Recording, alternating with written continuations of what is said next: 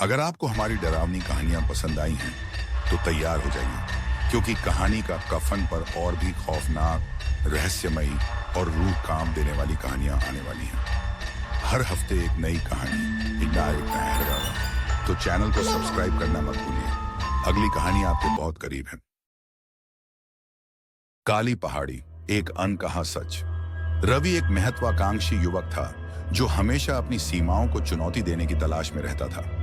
वह अपनी पुरानी जिंदगी से ऊब चुका था और उसे अपने आसपास के लोगों से बहुत सी कहानियां सुनने को मिलती थीं काली पहाड़ी के बारे में। लोगों का कहना था कि जो भी वहां गया वो कभी वापस नहीं लौटा। वह यह मानता था कि यह सिर्फ एक अंधविश्वास है, लेकिन उसके मन में एक अनकहा आकर्षण था जो उसे काली पहाड़ी की ओर खींच लाता था। कई बार रवि ने काली पहाड़ी के बारे में सुना था, कभी अपने दोस्तों से, कभी गांव वालों से, लेकिन वह इस कथित अफवाह को मजाक समझता था। फिर एक रात उसने फैसला किया कि वह काली पहाड़ी की ओर जाएगा और इस डर को नष्ट कर देगा। यह रात पूरी तरह से सन्नाटे से भरी हुई थी। चांद की हल्की सी रोशनी थी जो दूर से झिलमिलाती हुई आ रही थी। रवि ने काली पहाड़ी की ओर जाने के लिए अपने कदम बढ़ाए, अपने बैग में थोड़ी सी पानी की बोतल, एक चाकू और एक टॉर्च लेकर। जैसे ही वह जंगल के अंदर दाखिल हुआ, उसे एहसास हुआ कि आसपास की हवा कुछ अजीब सी हो गई है। रवि ने यह महसूस किया कि जैसे जैसे वह पहाड़ी के पास बढ़ रहा था, उसकी सांसों में घबराहट महसूस होने लगी थी। मगर उसने सोचा कि यह सब सिर्फ उसका दिमागी भ्रम है। मोबाइल नेटवर्क की सिग्नल धीरे धीरे गायब होने लगे और हवा में अचानक एक विचित्र सी घंटी की आवाज गूंजने लगी। यह आवाज उसकी समझ से बाहर थी। क्या यह कोई इंसान था या फिर यह तो किसी अजनबी शक्ति का इशारा था? काली पहाड़ी के पास पहुंचते ही रवि को कुछ अजीब सा महसूस हुआ, जैसे वह किसी दूसरी दुनिया में कदम रख चुका हो। आसपास के जंगल पूरी तरह से शांत थे। कोई चहचहाहट नहीं, कोई हवाओं की सरसराहट नहीं, बस एक गहरी खामोशी जो उसे डर और उत्सुकता दोनों से भर देती थी। तभी उसने देखा, दूर से एक सफेद साड़ी में एक महिला खड़ी थी। उसकी लंबी काली जुल्फें हवा में लहर रही थीं, लेकिन उसके पैरों की स्थिति ने रवि को हैरान कर दिया। उसके पैर उल्टे थे। वह पूरी तरह से द्रुत गति से उसकी ओर बढ़ने लगा, लेकिन अचानक उसके पैरों में एक अजीब सी भारीपन महसूस हुई, जैसे किसी ने उसे जड़ से जकड़ लिया हो। महिला की आंखें चमक रही थीं और उसकी छवि अस्पष्ट सी लग रही थी। उसने कुछ कहा, लेकिन रवि को ठीक से समझ नहीं आया।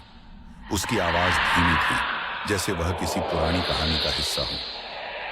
वापस मत जा, अब तू भी हमारा हिस्सा है, महिला ने धीरे से कहा, और रवि का शरीर पूरी तरह से कठोर हो गया। उसका मन पूरी तरह से घबराया हुआ था, लेकिन वह भागने की कोशिश करता तो उसके पांव जमीन से चिपक गए थे। उस महिला ने अब धीरे से अपना हाथ बढ़ाया और रवि को घूरते हुए कहा, तू अब हमारी तरह हो गया है।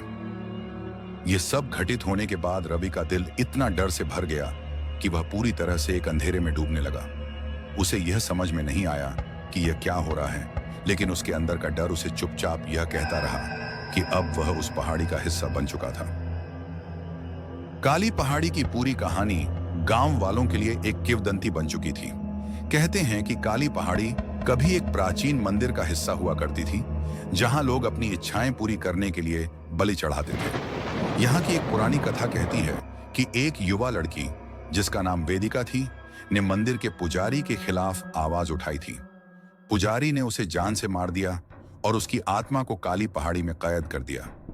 तब से उसकी आत्मा वहां बंधी हुई है और वह किसी भी बाहरी व्यक्ति को अपनी गिरफ्त में ले लेती है।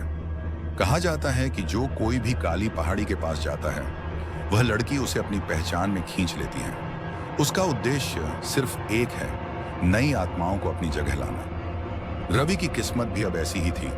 जैसे ही वह पहाड़ी के पास पहुंचा, उस महिला की आत्मा ने उसे अपनी चपेट में ले लिया। काली पहाड़ी अब उसके लिए वह जगह बन चुकी थी जहां से कोई लौटकर नहीं आता। रवि अब पूरी तरह से जकड़ा हुआ था। उसकी आंखों के सामने अब वही महिला बार बार दिखाई देती, लेकिन उसकी असलियत को समझ पाना किसी के लिए भी असंभव था। रवि की आत्मा को अब धीरे धीरे उस काली पहाड़ी की परछाई में समा जाने का एहसास होने लगा था। उसे अपनी स्थिति का एहसास हुआ। वह अब उसी लड़की की तरह जो कभी वहां बलि दी गई थी, फंसा हुआ था। रवि का शरीर अब उस डर की गिरफ्त में था और उसकी आत्मा का कुछ भी बचना नामुमकिन था। कहा जाता है कि आज भी जब लोग काली पहाड़ी के पास से गुजरते हैं, रवि का चेहरा कहीं दूर से नजर आता है। उसकी आंखों में वही डर और वही बोझिल चुप्पी होती है जो किसी और को उस भूतिया जगह से न बचने की चेतावनी देती है।